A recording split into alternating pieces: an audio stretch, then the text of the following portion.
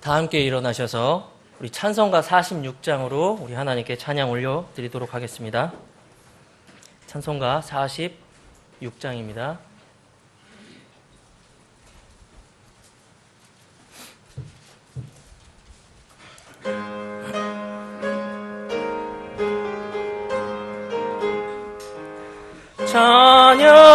찬양하라 복되신 구세주 예수, 백성들아 사랑을 전하세. 경배하라 하늘과 천군과 천사, 주님 앞에 영광을 돌리세. 목자같이 우리를 지키시고 종일 품에 늘 안아주시니, 찬양하라 높으신 권세를 찬양, 찬양 찬양 영원히 부르세. 찬양하라 복되신 구세주 예수, 우리 대신 죽음을 당했네. 구주 예수 영원한 구원의 소망, 경배하며 겸손히 절하세. 찬양하라 우리 죄 지신 예수, 그의 사랑 한없이 크셔라. 찬양하라 높으신 권세를 찬양, 찬양 찬양 영원히 부르세.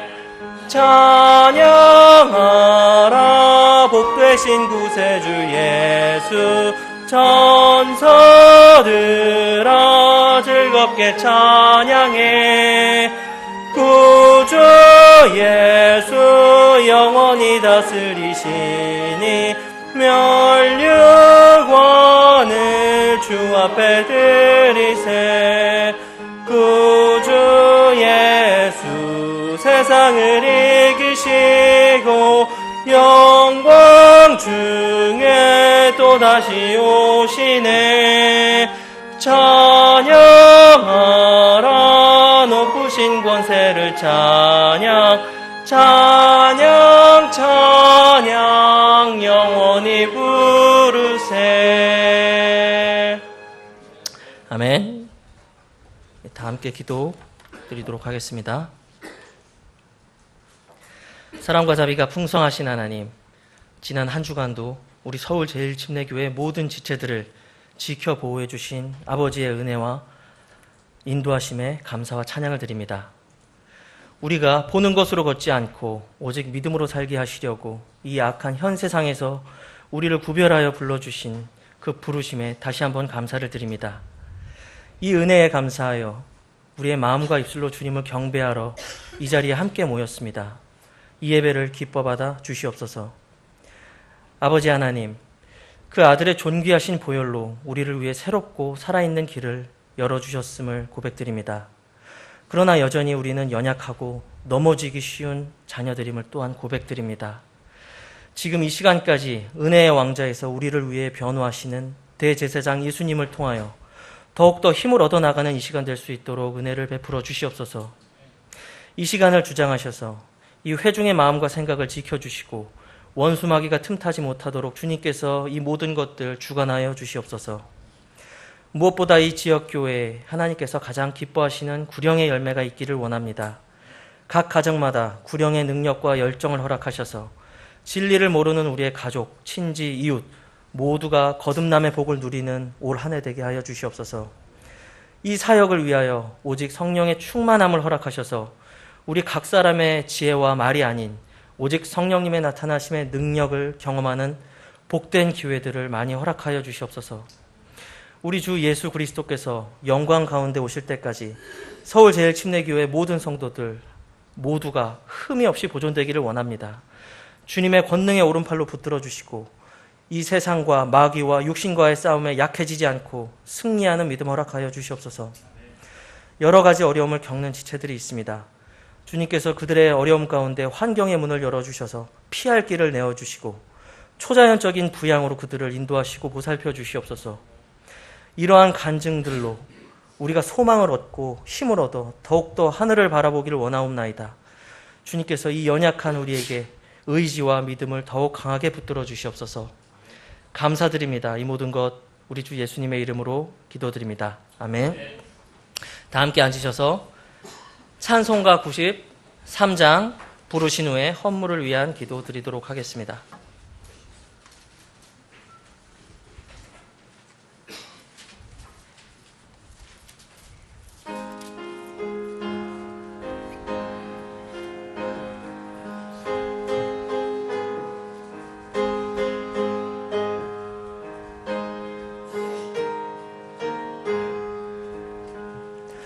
예수는 나의 힘이요 내 생명 되시니 구주 예수 떠나가면 죄 중에 빠지리. 눈물이 앞을 가리고 내 맘에 근심 쌓일 때 위로하고 힘주시리 주 예수. 예수는 나의 힘이요 내 친구 되시니 그네를 간구하며 풍성히 받으리. 햇빛과 비를 주시니 추수할 곡식 많도다.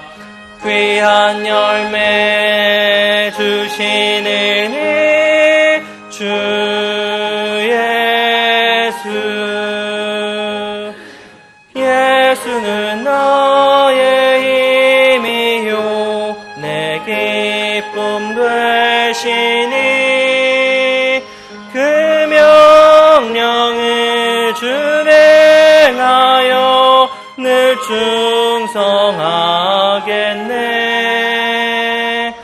주야로 보호하시며 바른 길 가게 하시니 의지하고 따라가리 주 예수.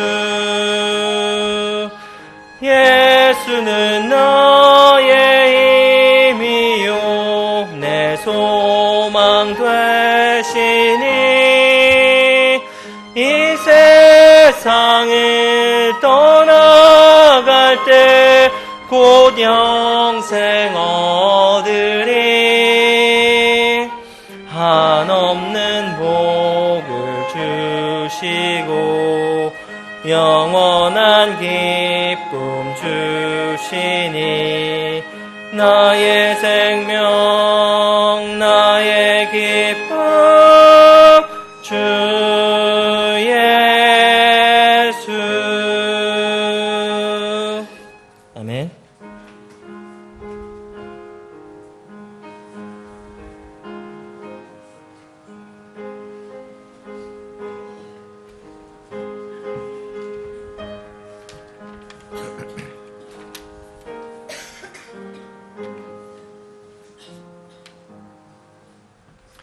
주님께 헌물기도 드리도록 하겠습니다.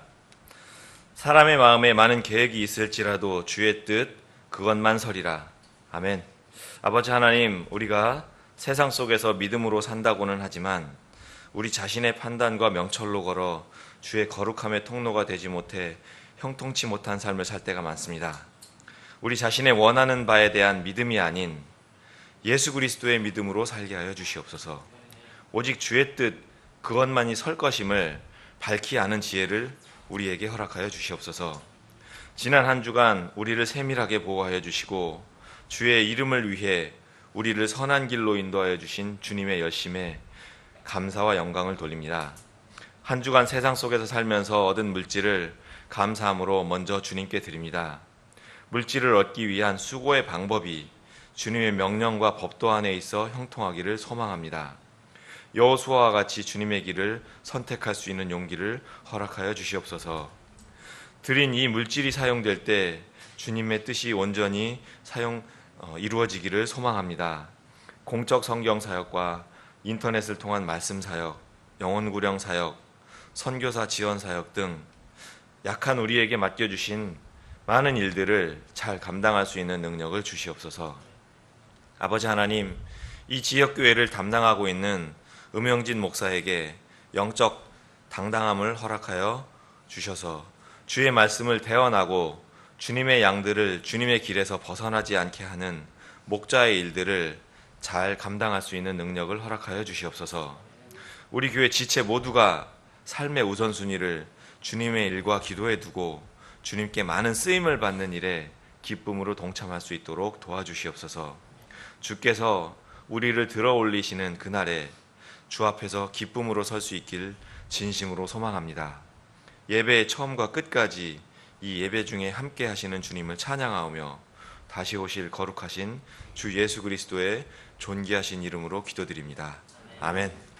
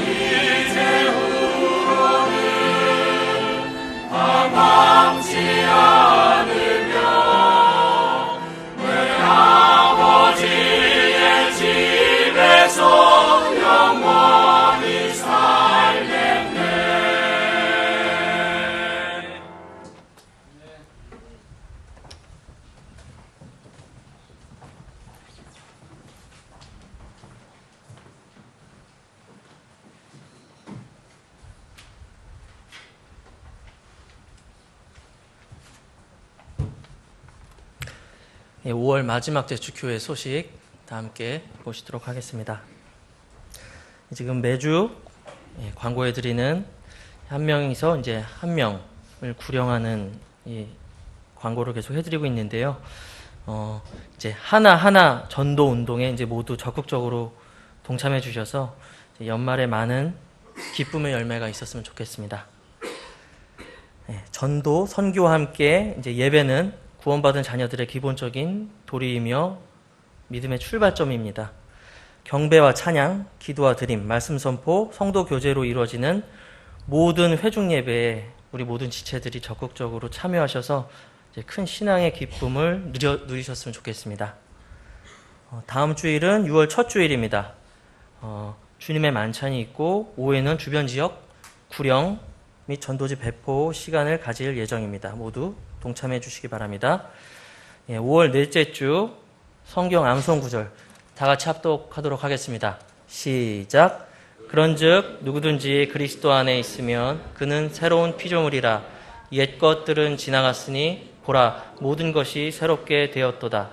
고린도후서 5장 17절 말씀. 아멘.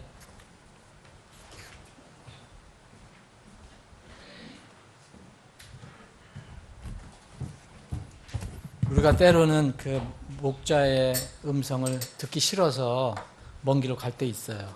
그죠? 오늘 찬양대 찬양 감사합니다. 다 같이 일어나셔서 인사하는 시간 갖겠습니다. 400장 주의 진리 위에 십자가 온기 1절 힘차게 부르신 뒤에 인사하는 시간 갖겠습니다.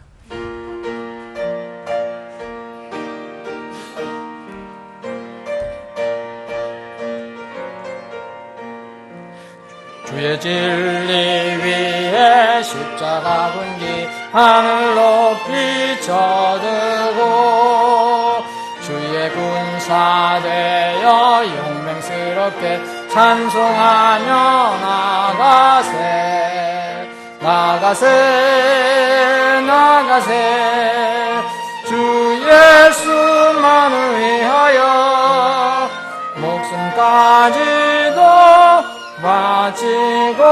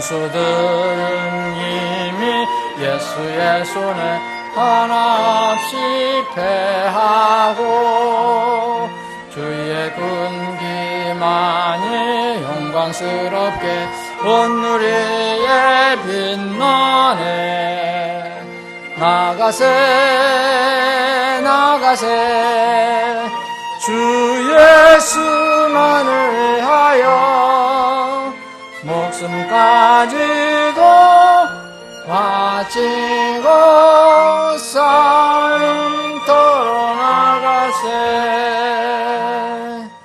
아멘.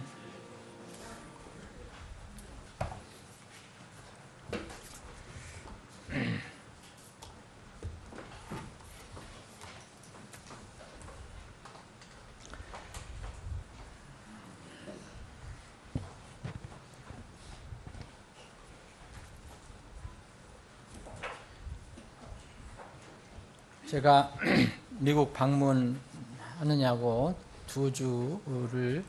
주일을 이렇게 비웠고, 대신 선교사님들이 2주를 이렇게 은혜스럽게 채워주셔서 감사를 드리고, 또 지난 주에도 레이 선교사님 오셔서 제가 말씀을 전하지 못했습니다. 오늘 3주 만에 다시 강단에서 말씀을 전하게 됐습니다. 2주 동안 약 2주 동안 서너 지역을 이렇게 방문했기 때문에 좀 타이트한 여행이었어요. 근데 뭐 어떻게 관광을 간 목적이 아니었기 때문에 하나님께서 이렇게 여행 중에 이렇게 느끼고 한 것들로 인해서 이렇게 하나님의 말씀을 묵상하게 하는 그런 기회가 있었습니다. 몸은 고단했지만 많은 것을 이렇게 생각하고 또 묵상하고 기도하고 하는 그런 시간이 있었습니다. 콜로라도 교회에서는 3일 동안 집회를 했는데 3일 동안 무슨 말씀을 전하겠습니까? 정해진 그 시간에 금, 토, 일. 그래서 결국 거기서도 그분들에게 소위 얘기하면 축복 설교는 못하고, 축복 설교는 못하고, 아마 그분들이 어떻게 받아들이셨는지 모르지만, 우리가 어떻게 하나님을 바르게 믿어야 할 것이냐, 이런 내용, 그리고 준비를 해야 된다는 그런 말씀을 나눴습니다. 이거 이 스트라우스 박사님 목사님 교회에서는 무슨 말을 또 제가 능숙하지 않은 영어로 무슨 설교를 하겠습니까, 여러분? 거기서도 축복 설교 할 수가 없잖아요. 그래서 거기서도 좁은 문, 좁은 길에 대해서 이렇게 설교를 했습니다. 기왕에 가고 있는 교회였지만 그런 상황에 점점 어려움을 겪고 있는 그런 이 작은 교회들에게 이런 말씀은 서로 간에 위로와 힘이 된 것으로 저는 생각합니다. 아시는 분들은 아시겠지만 스트라우스 박사님이 원래 목회를 하려는 게 아니었고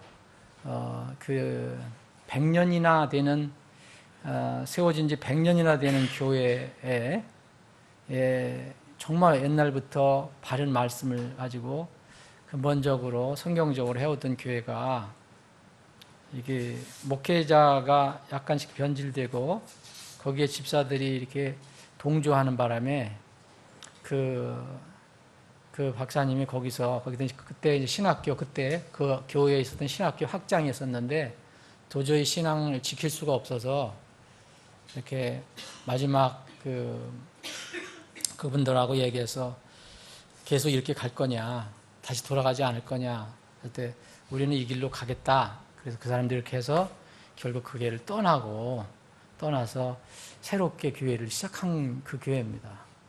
근데 저도 그 교회를 가봤지만 100년 된 교회라 정말 그 건물도 좋고 그 장소도 그 커네티컷의 그 넓은 땅에 우리 교회 한 구퉁이만 빌려줘도 참 좋겠다는 그 드넓은 잔디밭 이런 그런 교회가 100년이 됐는데 이제는 서서히 타협해갖고 지금은 이제 그래서 이번에도 한번 그 교회는 가보지 못했지만 그 교회 어떻습니까? 그랬더니 점점 더 악화되어 간다고 그런 얘기를 하시더라고요. 새로운 목회자가 또 왔지만 여전히 타협하고 그래서 이제는 드레스 코드도 버리고 성경도 버리고, 평소에는 사람들이 많이 안 모이는데 크리스마스하고 뭐 부활절에는 또 꽤 모인대요. 그래서 그런 교회 애들이 참 늘어나는 게 이게 진짜 마지막 때구나. 마지막 때구나. 그런 생각을 해 봤습니다. 오늘 나눌 말씀은 제가 이제 여행하면서 느꼈던 것을 여러분들과 함께 말씀을 통해서 나누고자 합니다. 편안한 마음으로 들으시면 되겠어요. 그러나 졸지는 마시고 하여튼 잘 들으시려고 하셔야 돼요.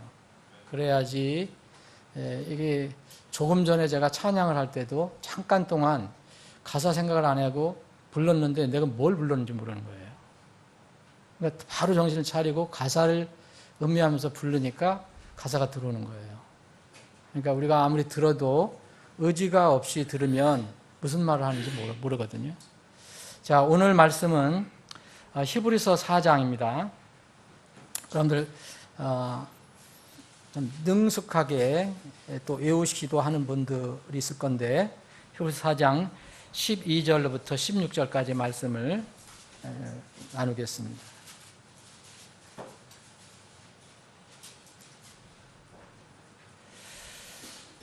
자, 제가 읽겠습니다. 제가 가지고 있는 성경으로 읽겠습니다.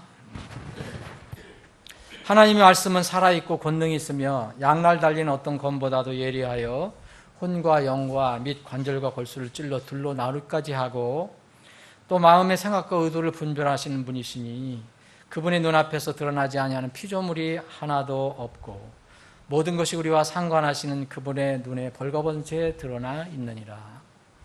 그런즉 우리가 위대하신 대제사장 곧 하늘들 안으로 들어가신 하나님의 아들 예수님이 계신 줄 알므로 우리가 우리의 신앙 고백을 굳게 붙들자. 우리에게 계신 대제사장은 우리의 연약함의 감정을 몸소 느끼지 못하시는 분이 아니요 모든 점에서 우리와 똑같이 시험을 받으시되 죄는 없으신 분이시니라. 그러므로 우리가 긍휼을 얻고 필요한 때에 도우시는 은혜를 얻기 위해 은혜의 왕자로 담대히 나아갈 것이니라. 아멘. 아버지 하나님, 3주 만에 다시 강단에 서서 부족하지만 하나님 말씀을 대언할 수 있는 이런 기회를 허락해 주심을 감사합니다. 말씀을 대할 때마다 두려운 마음을 떨쳐버릴 수가 없습니다. 말씀 자체가 참으로 놀랍고 두렵기 때문입니다. 오늘도 주신 말씀을 겸허한 마음으로 받길 원합니다. 우리 각자 사랑하는 지체들 안에 내적 계시는 성령께서 역사하셔서 우둔한 인간이 대언의 말씀이지만 대언하는 말씀이지만 그 말씀이 그 가슴 속에서 살아있는 생명의 양식으로 바뀌어질 수 있도록 주님께서 인도하시고 역사해 주시옵소서. 이 시간에 전복을 주님께 의탁하옵고 거룩하신 예수님의 이름으로 기도합니다. 아멘.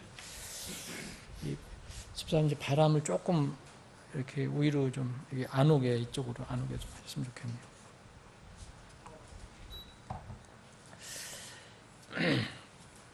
여러분 오전과 이제 오후에도 이렇게 연결해서 말씀을 드리고 싶습니다. 제가 오래간만에 여행을 한 거거든요. 어쨌든 여행을 한 거예요. 그러니까 관광 여행은 아니지만, 근데 여행을 하면서 이번에 느낀 게, 참 그 여행이 좀 피곤하구나. 이런 것을 이번에 느꼈어요. 젊었을 때, 어렸을 때, 또 이렇게 힘이 있었을 때는 여행하는 것 자체가 좋잖아요. 어딜 간다 그러면 흥분되고. 근데 이제는 여행하는 것 자체가 힘들다. 이런 생각이 들었습니다. 특히 여러분 그 비행기 여행 여러분들 해보신 분 알겠지만 정말 피곤하고 불편합니다. 이게 뭐죠? 그게 비진석이나 1등석에 안 탄 이상 거기 타도 피곤하지만 이거 3등석에 이코노미석에 타고 가면 이게 힘들어요. 더군다나 여기 중간에 딱 끼면은 화장실 갈 때도 힘들고 여러 가지 힘들어요. 다른 사람 다 일으켜 세워야 되고. 예? 이 정말 비행기 여행이 피곤하고 불편한데 이 비행기 표를 구입할 때서부터 비행기 표 구입하면 공항에 2-3시간 미리 나가야 앉아 있어야 되죠. 또 티켓 확인하고 그 짐을 붙이는 수속을 하고 그러면 또 보안 검사대를 통과해야 되고 출입국 검사대 또 여권 보여주는데 그걸 통과해야 되고 또 들어가서 한참 기다렸다가 또 보딩을 하고 비행기를 타면 그것은 끝나는 게 아니라 이륙할 때 귀가 아프고 전에는 몰랐는데 이륙하는데 왜 귀가 이렇게 아프고 먹먹하고 잘 안 들리는지 여러분들 그런 분들 있죠. 또 좁은 의자에서 한 10시간 이상 웅크리고 가야 하고 그것도 이제 낮과 밤을 바꿔서 가면 더 큰 문제입니다. 여기서 밑으로 호주를 가면은 예를 들어서 호주를 가면 길게 가도 시차가 없어서 그런 문제가 없어요. 한 2시간 정도 차이가 있죠, 호주는. 그런데 이거 완전히 태평양을 건너거나 대서양을 건너거나 이렇게 하면 이건 문제예요. 이건 낮과 밤을 막 빠른 속도로다가 비행기 속도로 바꿔가는 거니까 왜냐하면 잠 문제가 생기죠. 잠 때문에 이 문제가 생깁니다.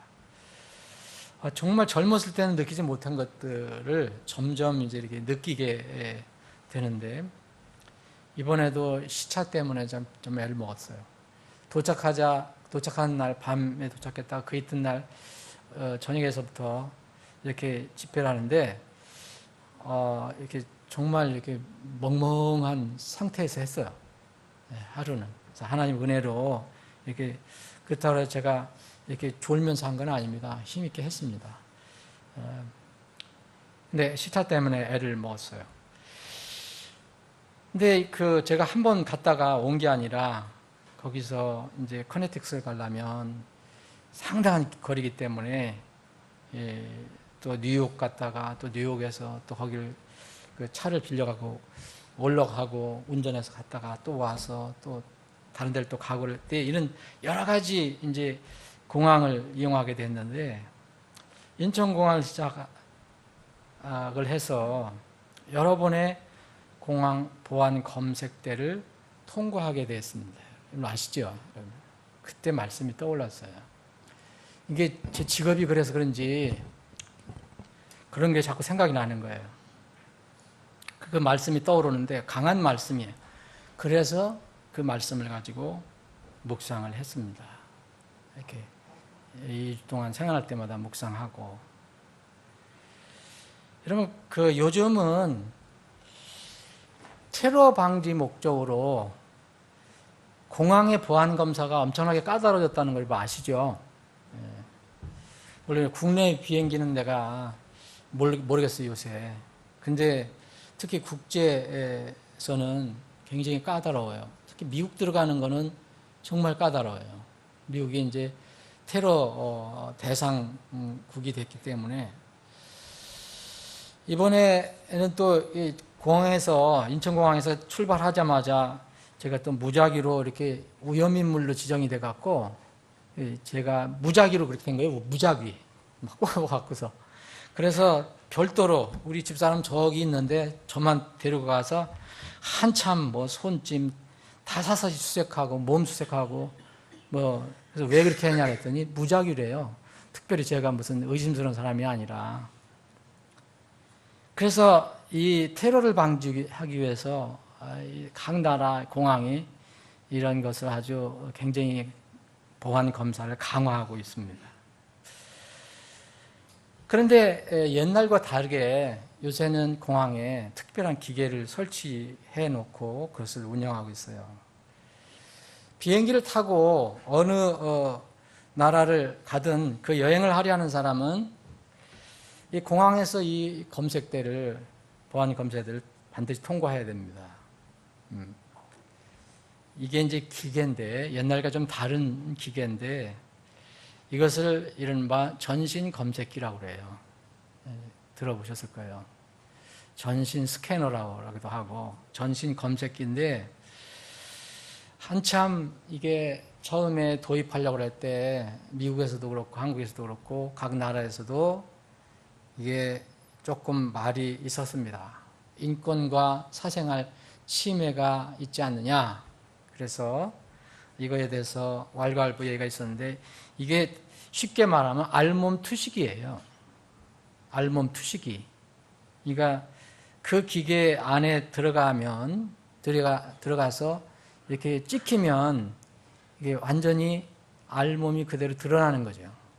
그렇다고 해서 여러분 옷 다 벗고 있는 그런 모습이 아니라 그 사람들이 볼 때 몸에 뭐가 있는가 샅샅이 다 드러나게 되는 거죠. 어느 몸의 어떤 은밀한 부분에다가 뭘 숨겨도 다 드러나게 돼 있어요. 그런 기계인데 제가 오래간만에 미국 여행 했잖아요. 근데 이번에 이 기계를 통과할 때 상당히 검사원들이 사무적이고 또 미국은 특히 더한 것 같아요. 굉장히 무협적인 사람들도 있어요. 이 기계 안으로 들어갑니다. 이렇게 들어가면은 두 손을 들으라고 그래요. 두 손을 이렇게 들어야 됩니다. 두 손을 들고 사진이 찍혀요. 이제. 근데 나온 뒤에도 또 검사관이 핸즈업 그래요.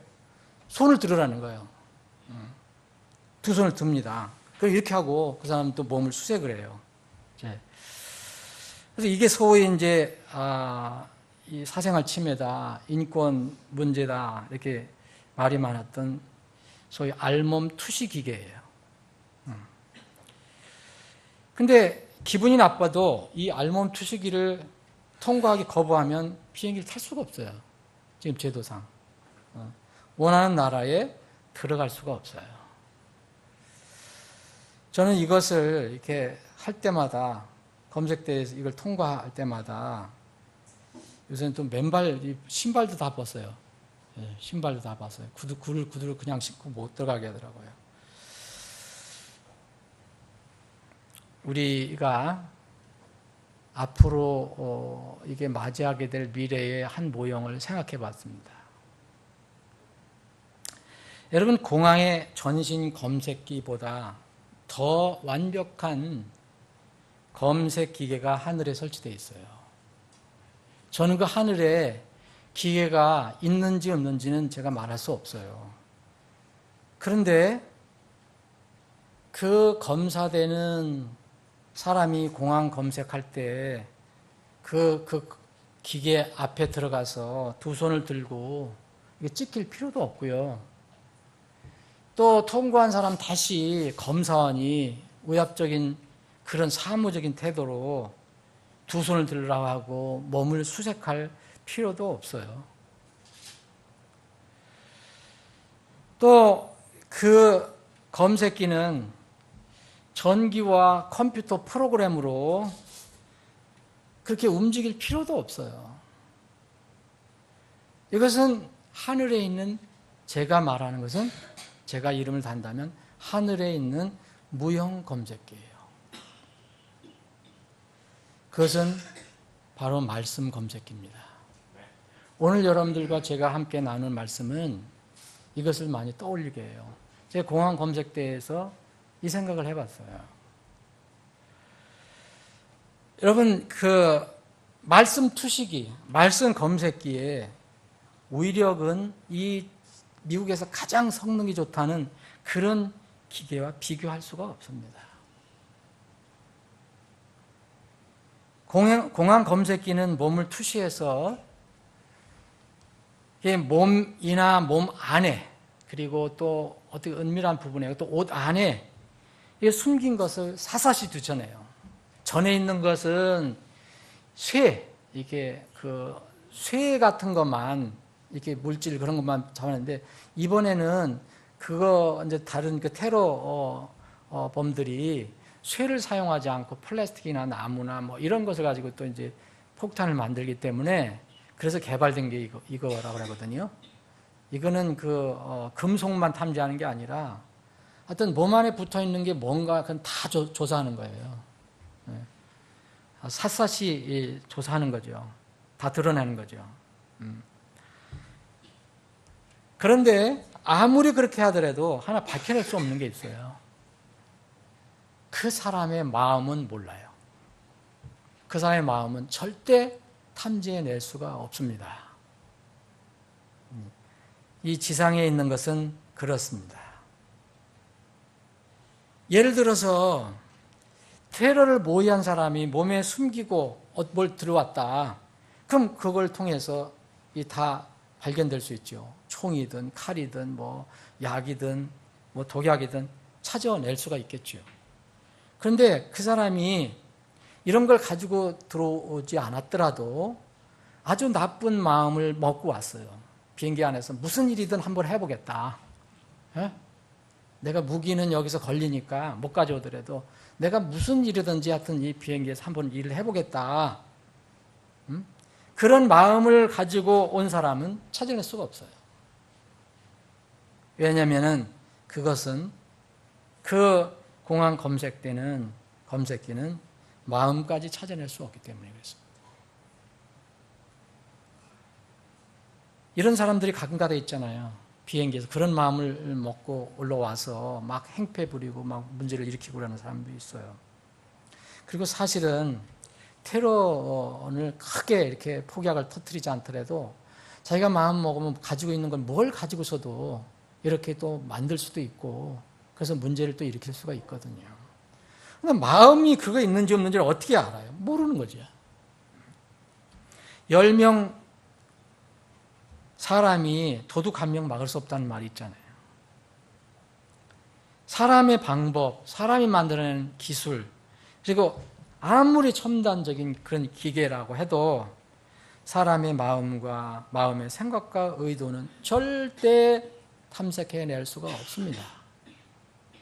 그런데 이 하늘에 있는 말씀 검색기는 겉모습뿐만 아니라 드러난 행위뿐만 아니라 사람이 전혀 알 수 없는 마음의 생각과 의도까지 샅샅이 정확히 밝혀냅니다.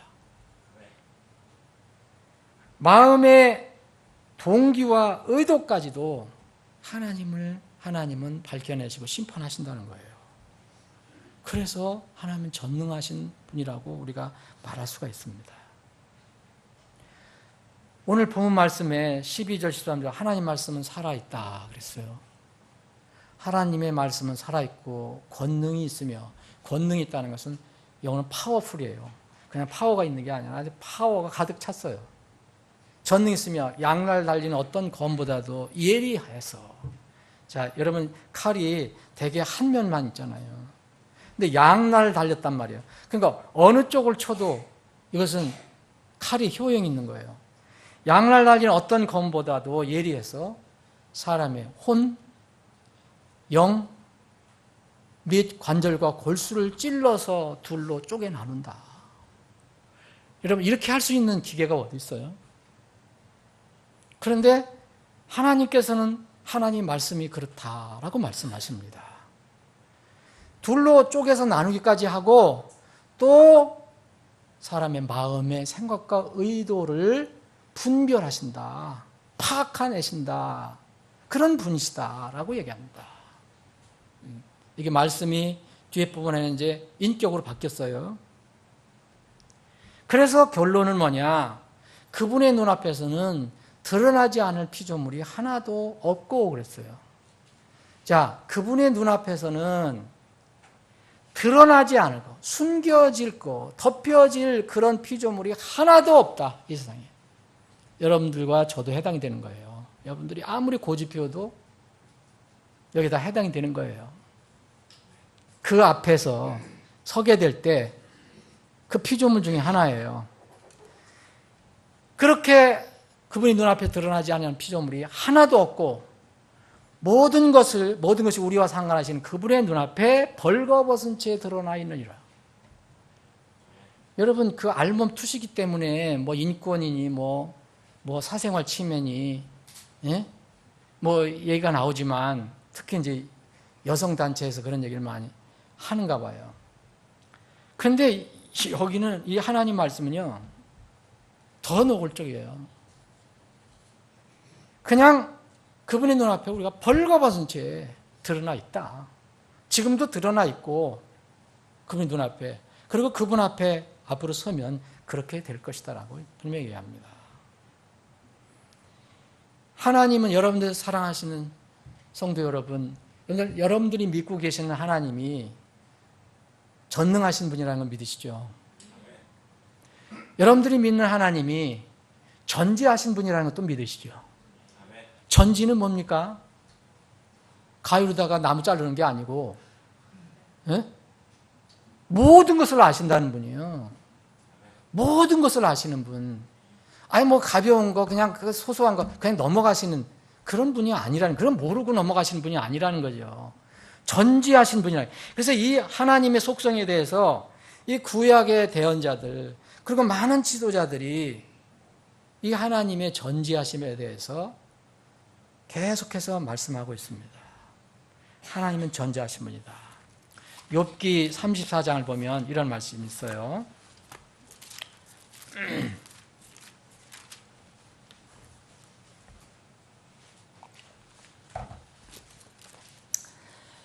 21절 보면 그분께서 자신의 눈을 사람의 길들 위에 두시고 그가 가는 것을 다 보시나니 불법을 행하는 자들이 숨을 만한 어둠이나 사망의 그늘이 없느니라.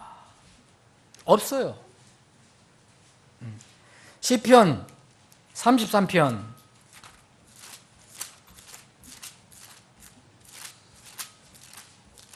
오늘 성경을 몇 곳을 찾아볼 겁니다. 여러분들 불편하실 대로 찾아보실 분들은 찾아보세요. 안 찾으실 분들은 그냥 잘 들으시면 돼요. 13절, 14절, 12절부터 읽겠습니다. 주를 자기 하나님으로 삼은 백성, 곧 그분께서 자신의 상속력으로 택하신 백성은 복이 있도다. 전지전능하신 분을 하나님으로 믿는 사람은 복이 있는 거예요. 주께서 하늘에서부터 바라보사 사람들의 모든 아들들을 살피시고 자신의 거하시는 곳에서부터 땅의 모든 거주민들을 보시는도다. 그분께서는 그들의 마음을 다 갖게 지으시며 그들의 모든 일을 깊이 생각하시는도다. 특히 눈물의 대언자 예레미야는요, 이 하나님의 아심에 대해서 도대체 절대로 하나님을 피할 수가 없구나. 하나님을 앞에 숨길 수가 없구나. 그래서 이 예레미야 대언자는 그런 하나님의 속성에 대해서 많은 부분을 이야기했습니다. 이 예레미야 16장 17절 보면 내 눈이 그들의 모든 길 위에 있으므로 그들이 내 얼굴을 떠나 숨지 못하며 그들의 불법이 내 눈에 숨겨지지 못하느니라. 예레미야 17장 10절 유명한 구절입니다. 나 주는 마음을 살피며 속 중심을 시험하여, 겉모습 아닙니다. 마음을 살피며 속 중심을 시험하여 각 사람의 길과 그 사람의 행위의 열매대로 그 사람에게 주느니라. 겉모습으로 주시는 게 아니라 속것까지도 다 살펴보신다. 예레미야 23장 24절 보면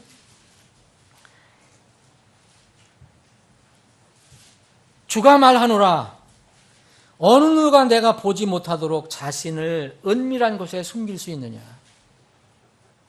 주가 말하노라 내가 하늘과 땅을 가득 채우지 아니하느냐. 하나님이 육신의 몸을 입고 오신 예수 그리스도 임마누엘 예수님께서도 사람들은 나사렛 동네의 목수의 아들이라고 얘기했지만 그분은 하나님이셨어요. 전지전능하신 하나님.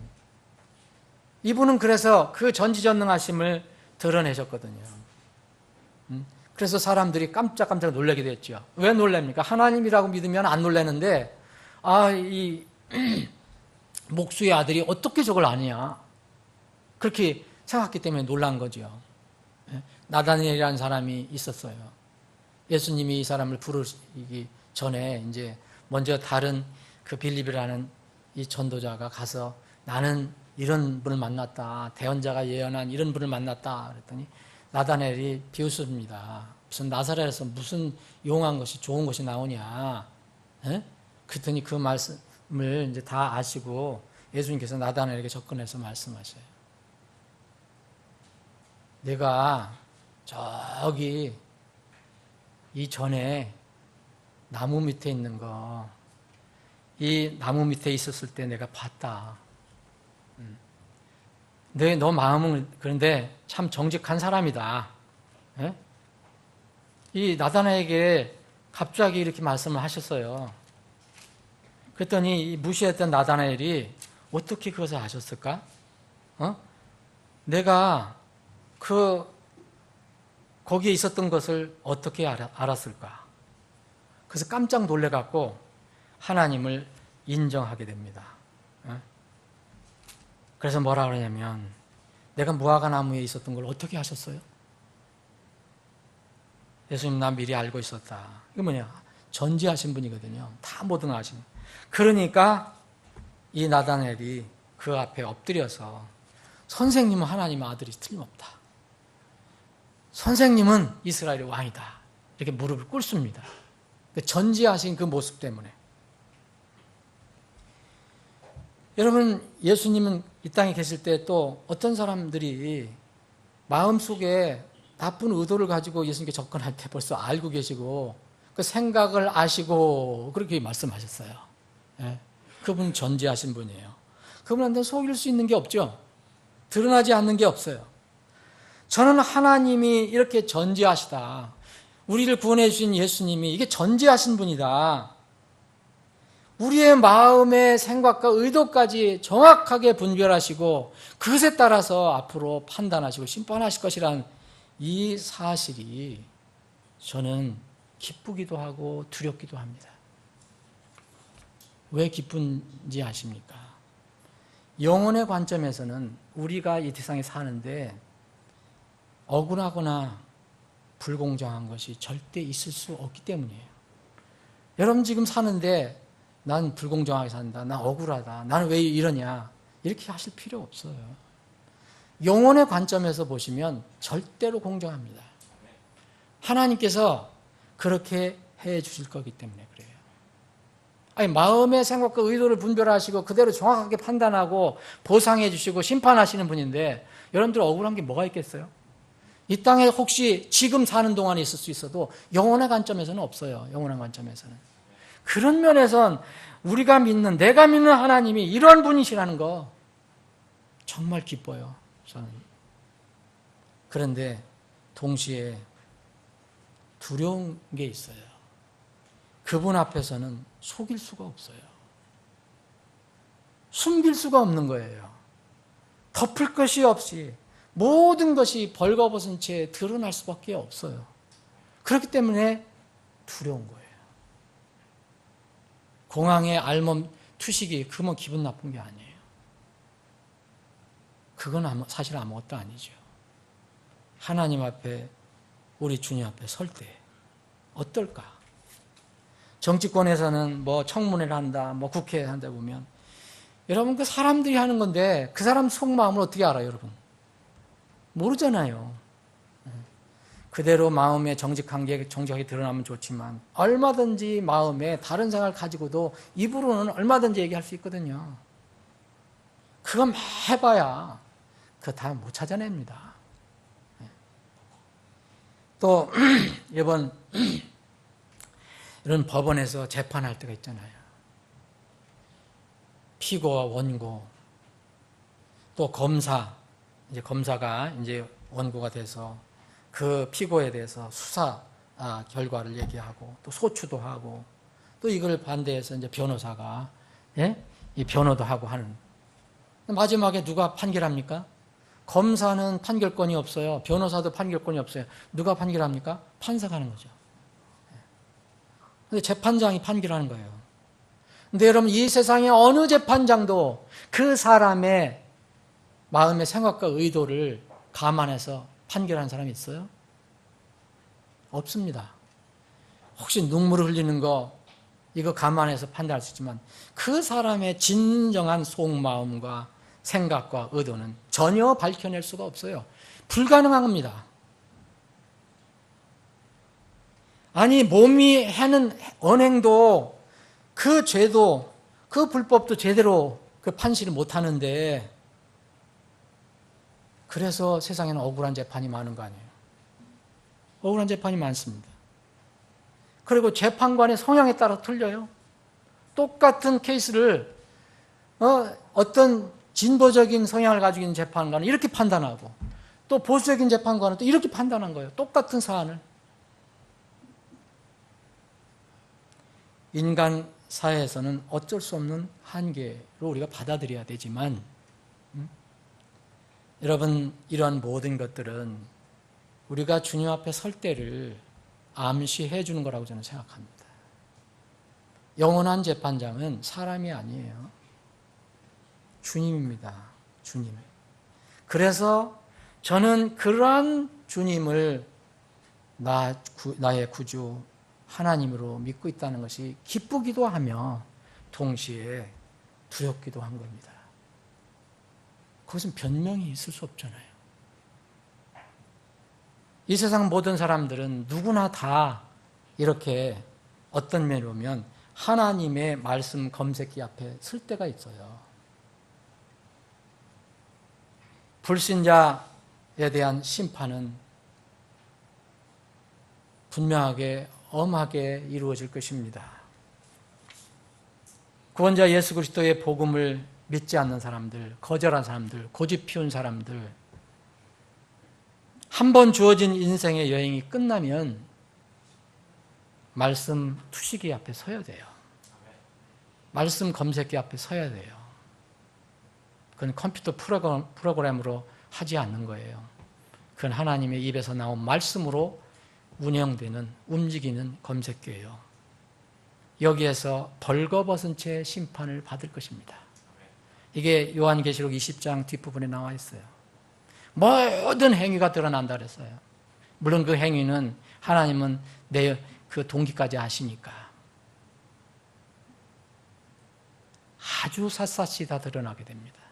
여러분 구원받지 못해서 지옥 심판을 받는 사람들도요, 나중에 행위를 다 드러내게 되어 있어요. 그냥 소위 하면 도매금으로 넘어가는 게 아닙니다. 구원받지 않은 사람들도 각자의 자기가 이 땅에서 살았던 모든 것들을 다 드러내게 되어 있어요. 그래서 지옥은 등급이 있다고 말하지 않습니까? 그러면 신자는 심판이 없냐?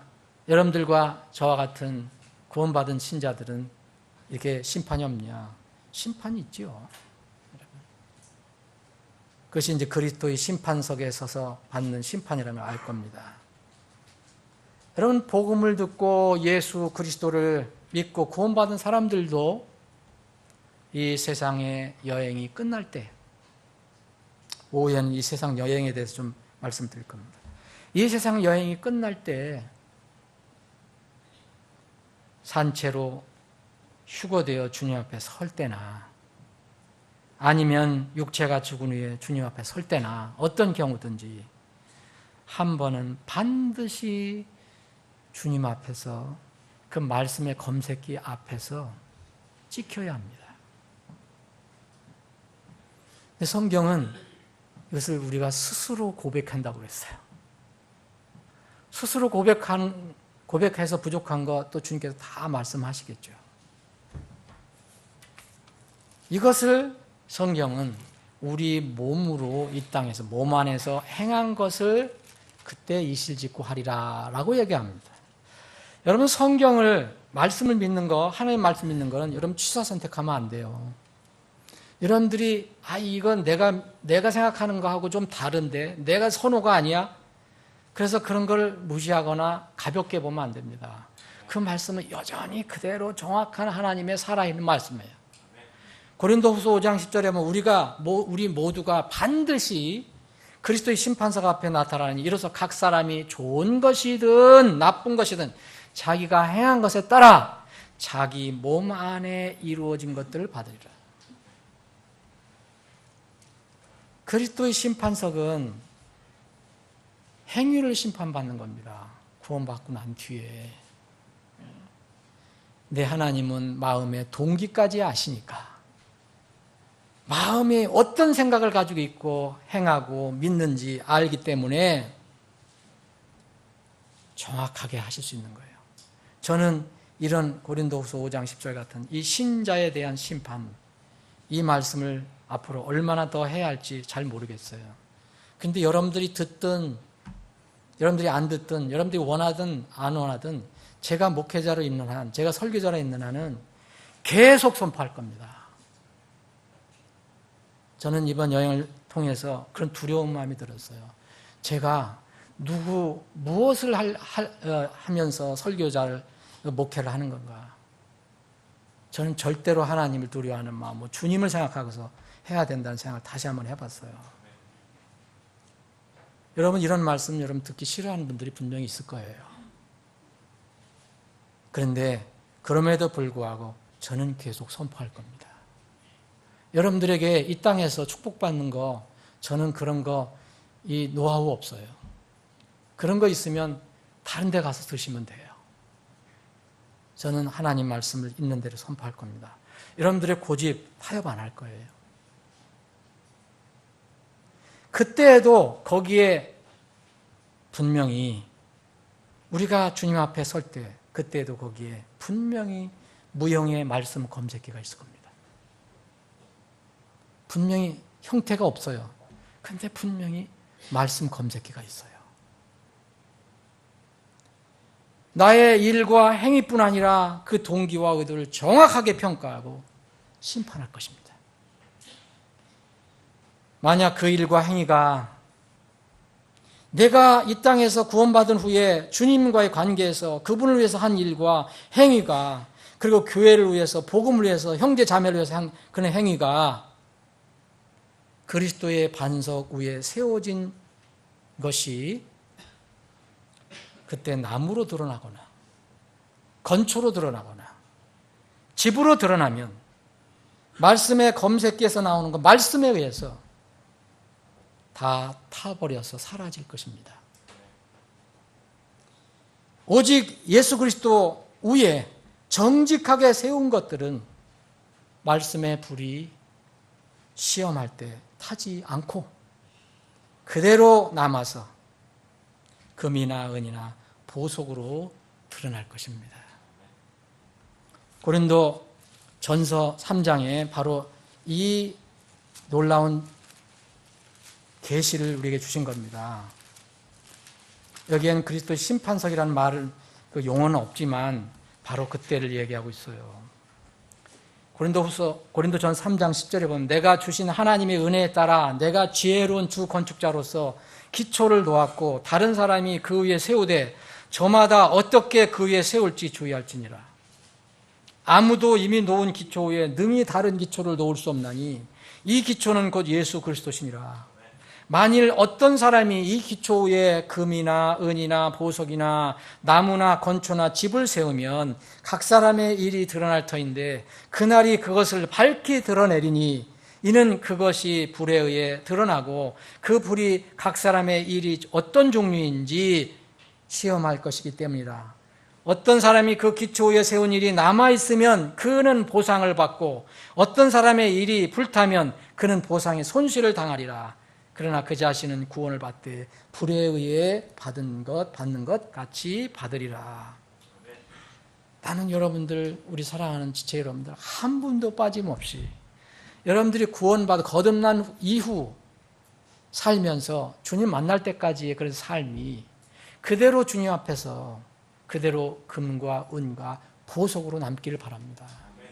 나무와 건초와 집이 되지 않기를 바랍니다. 이것은 인간적인 생각으로 마음의 의도와 다르게 하는 것들,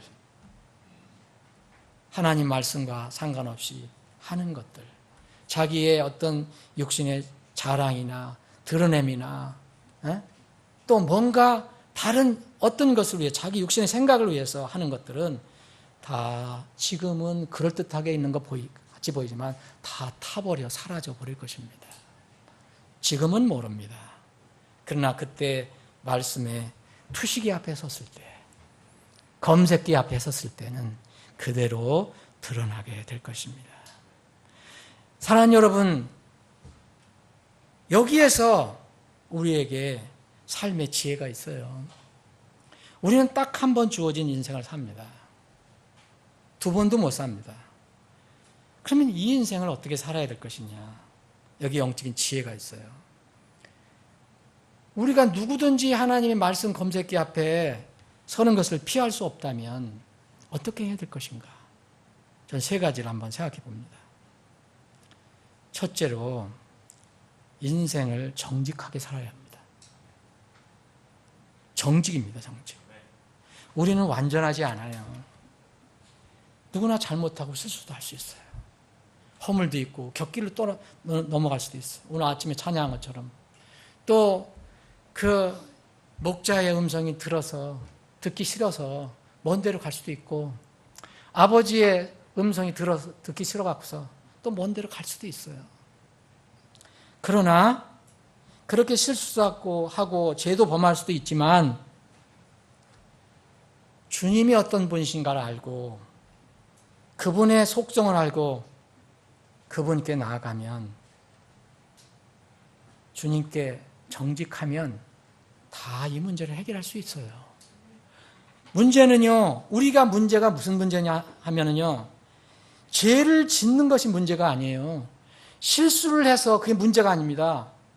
잘못한 것이 문제가 아니에요. 나는 교회에서도 여러분들 실수하고 저도 실수하고 잘못한 거 그거 나무라고 싶은 생각 없어요. 누구나 그렇게 할 수도 있는 거예요. 돌아서면 되는 거예요. 돌아서면. 그게 아니라 죄를 죄로 여기지 않고 자기 양심을 속이고 사람의 눈을 살피는 것이 문제예요. 진정으로 주님께 자백하고 회개하지 않은 죄와 불법은 구원받은 신자라도요, 그날 주님의 말씀 검색기 앞에 드러나게 됩니다. 부끄러움을 당하게 되죠. 여러분, 구원받았더라도, 구원받은 신자라도 짓는 죄와 불법, 마음에 한을 가지고 있고 남을 미워하고 하는 거, 뭐 여러 가지 그런 성의에서 이런 죄, 이런 것들 그대로 가지고 있으면요, 주님 말씀 검색기에 그대로 드러나게 돼 있어요. 그래서 이 땅을 살아나간 동안은 우리 혼과 영과 및 관절과 골수를 찔러 둘로 나누기까지 하시는 분, 우리 마음의 생각과 의도를 판단하시는 분, 분별하시는 그분 앞에 정직한 게 제일 좋은 겁니다. 그분은 우리를 받아들일 때 너 왜 완전하지 못하냐? 너 완벽하지 못하냐? 너 왜 이런 죄를 졌느냐? 너 왜 이렇게 불법을 저지르냐? 이걸 체험하시는 분이 아니에요. 뭘 체험하시냐? 왜 너는 그걸 숨기느냐? 이걸 말하시죠. 너는 왜 이렇게 위선적이냐? 이걸 말씀하시는 거예요. 우리의 연약함과 부족함은 주님은 너무너무 잘 아셔요. 우리가 그래서 정직하게 살아야 합니다. 정직하게. 여기 오늘 뒤에 부분에 보면, 그런즉 우리에게 위대하신 대제사장, 14절입니다. 히브리서 4장 14절. 곧 대제사장이라는 게 뭡니까? 곧 하늘들 안으로 들어가신 하나님의 아들 예수님이 계신 줄 알므로 우리가 우리의 신앙 고백을 굳게 붙들자. 대제사장은 어떤 분이에요? 제사장은 하나님과 죄인 사이에 중간 역할을 하시는 분이잖아요. 이스라엘 백성들의 대제사장은 그들이 지은 죄와 불법을 하나님께 대신 아뢰고 동물 제사를 통해서 그 용서받는 그런 역할을 하는 그런 분이었어요. 그게 바로 예수님이 우리의 진정한 위대한 대제사장이라는 거예요. 우리에게 계신 대제사장은 우리의 연약함의 감정을 몸소 느끼지 못하시는 분이 아니요, 우리가 얼마나 연약한가, 우리가 얼마나 실수를 잘하는가, 얼마나 잘하세요. 네? 모든 점에서 우리와 똑같이 시험을 받을 때 죄는 없으신 분이다. 그분과 우리 차이는 그거예요. 그분은 죄가 없다. 우리는 죄가 있다. 근데 그분이 우리를 위해서 이렇게 대제사장 역할을 하신다는 거예요. 그래서 우리가 긍휼을 얻고 필요한 때 도우시는 은혜를 얻기 위해 은혜의 왕자로 담대히 나아갈 것이니라. 그분 앞에 나가는 거예요. 정직하게. 정직하게. 한 번 주어진 인생을 사는 영적인 지혜. 말씀 검색기 앞으로 서게 되는데 정말 인생을 정직하게 살면 이 큰 영적인 지혜가 될 수가 있다. 둘째는 한 번 주어진 인생을 사는 영적인 지혜로서 겸손하게 살아야 한다는 거죠.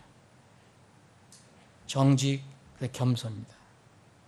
여러분, 하나님께 정직하면요, 겸손할 수가 있어요. 여러분, 정직하지 않으면 절대 겸손이 나올 수가 없어요. 가식이 나오거든요. 정직하지 않으면. 뭘 숨기거나 덮거나 이렇게 하면 자꾸 딴 생각과 다른 것들이 나오는 거거든요. 그래서 하나님께 정직하면 내가 겸손해질 수 있습니다. 여러분, 겸손해지려고 먼저 생각하지 마세요. 하나님께 정말 정직하겠다. 그러면 겸손해질 수밖에 없어요. 그분 앞에 두려운 마음 때문에. 또 겸손하면요, 어떤 사람이 정말 겸손하다. 그럼 그 사람은 정직한 사람이에요. 근데 겸손한 모양으로 보이는데 정직하지 않고 속이는 사람 있잖아요. 이거는 겸손한 게 아닙니다, 여러분. 정직하면요, 교만 자체가 불가능해요. 어떻게 하나님 앞에 정직한데 내가 교만해질 수 있습니까? 이 전지전능하신 하나님 앞에 내가 겸손하면은 절대로 교만해질 수가 없다. 겸손하게 되면, 겸손하게 이 땅을 살아가면요, 때가 되면 겸손한 자를 높여주십니다. 때가 언젠지 그 각자에 다를 수 있지만 최소한도 그 때는 공통적으로 이 세상이 끝날 때 그렇게 해줄 거예요. 최소한도.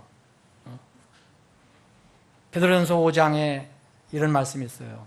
5장 5절에 젊은 사람들아 너희도 이와 같이 장로에게 복종하고 참으로 다 서로에게 복종하며 겸손으로 옷 입으라. 하나님께서 교만한 자는 물리치시고 겸손한 자에게는 은혜를 주시느니라. 그러므로 하나님의 강한 손 아래서, 손 밑에서 스스로 겸손하라. 그리하면 정하신 때에 그분께서 너희를 높이시리라. 여러분, 내가 아무리 높여봐야 아무 의미가 없어요. 세상 사람들은 그렇게 하거든요. 근데 주님께서 우리를 높여주셔야 돼요. 자, 정직하게 살아야 합니다. 두 번째, 겸손하게 살아야 합니다.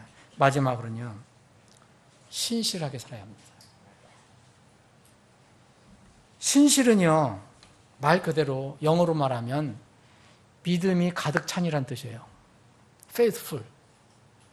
그러니까 어떤 믿음을 가지고 있다. 그럼 그 믿음대로 살아가는 거예요. 그게 신실이에요. 그냥 무턱대로 막 착하고 열심히 내는 게 얘기하는 게 아니에요. 성경에서 신실은요, 믿음과 반드시 연결이 되죠. 그 신실은, 이러한 신실은 정직과 겸손 후에 세워져야 합니다. 정직과 겸손 후에 세워지지 않는 신실은 아까와 같이 위선이 됩니다. 사랑하는 여러분, 지역교회 전임 사역자는 영적 감독이라는 거 여러분들 아시죠? 제가 자신을 제가 높이려고 하는 게 아니에요.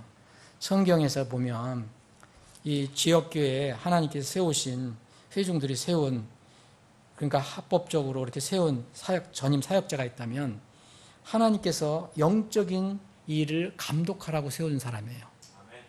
여기에 보면 이런 게 있어요. 고린도전서 5장에 보면 너희 가운데 있는 장로들이 권면하노니 나 역시 장로요. 이 베드로를 얘기하는 거, 베드로 스스로 얘기하는 거거든요. 그리스도의 고난의 증인이요 또한 앞으로 나타날 영광에 참여할 자니라. 2절입니다. 베드로전서 5장 2절. 너희 가운데 있는 하나님의 양떼를 먹이고 감독하되. 그렇죠? 감독하되. 먹이고 감독하되.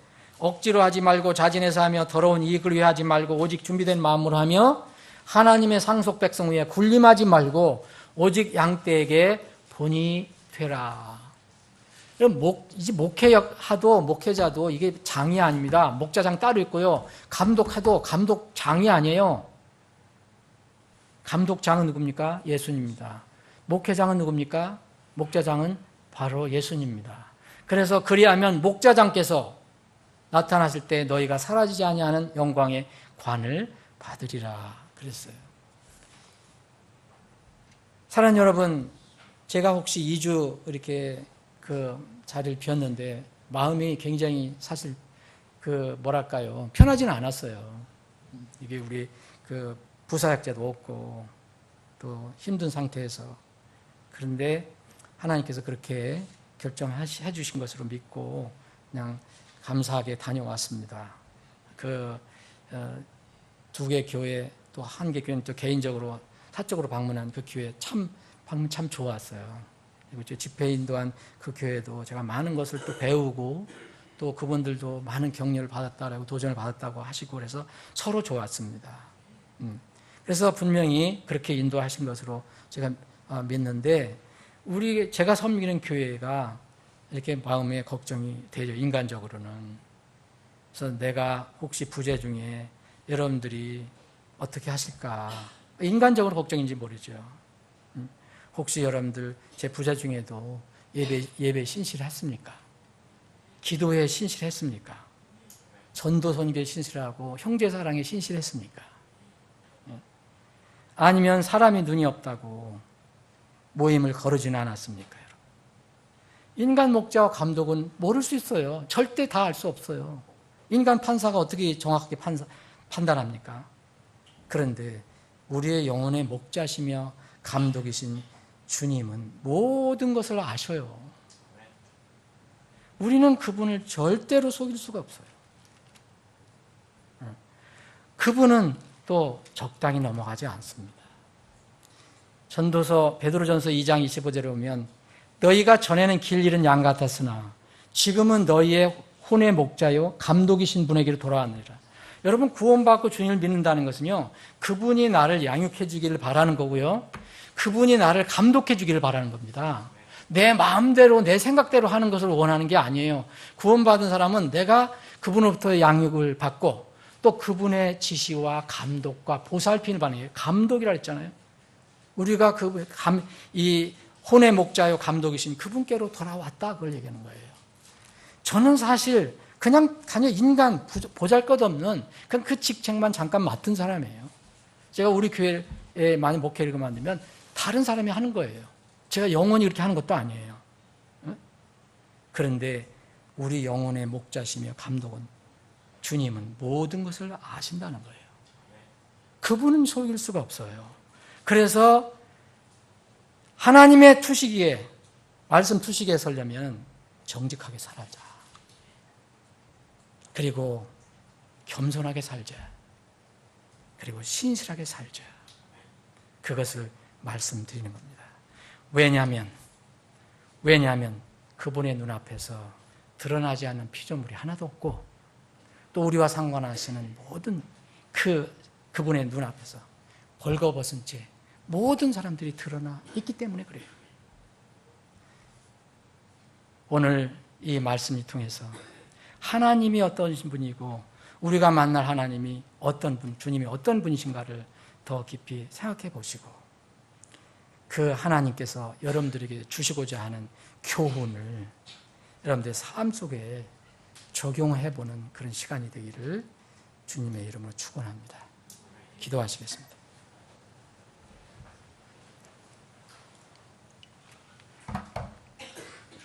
잠시 기도하는 시간 갖겠습니다.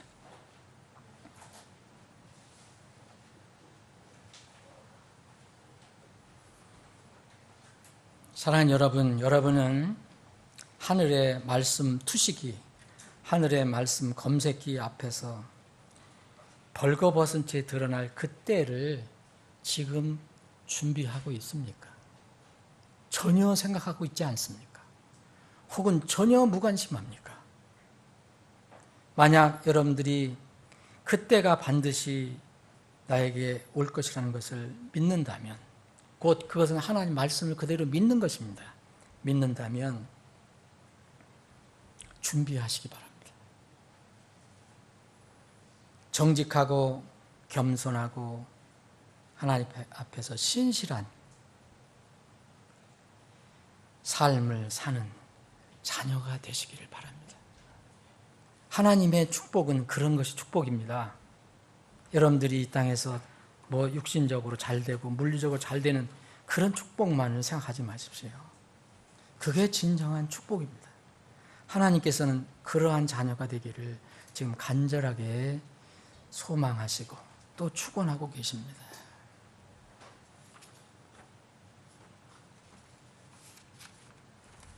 여러분 각자 기도하는 시간 되시면 좋겠습니다. 아버지 하나님,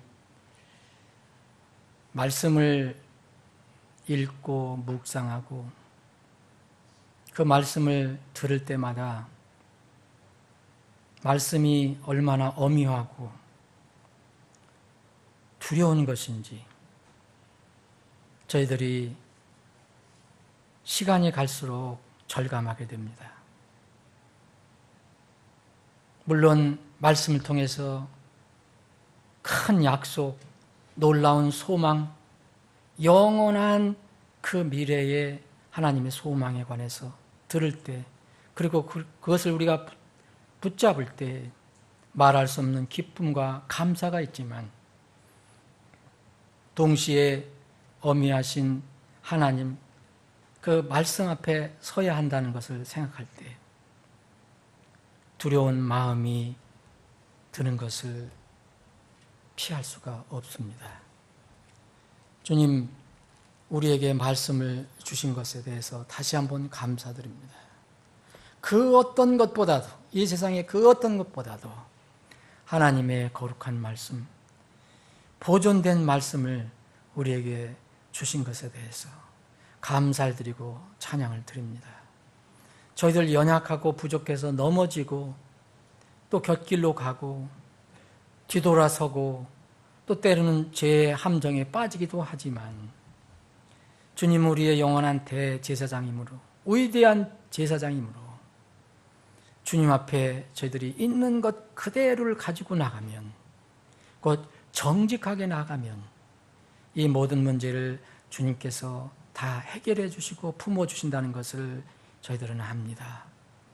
그렇게 우리가 정직하게 날마다 주님 앞에 나가는 삶을 살게 해주시고 이 땅에서 하나님 앞과 사람들 앞에서 겸손하며 또 정직과 겸손 위에 이 땅에서 주어진 짧은 인생, 믿음이 가득 찬 믿음대로 사는 신실한 삶을 살다가 주님께서 부르실 때 아니면 나팔소리 날 때 그 앞에 주님 앞에 말씀에 검색대 앞에 서서 기쁘게 주님을 배울 수 있도록 인도해 주옵소서. 우리 교회 사랑하는 지체들은 한 사람도 빠짐없이 다 이러한 기쁨을 얻는 지체들이 되게 해 주시옵소서. 거룩하신 예수님의 이름으로 기도합나이다. 아멘.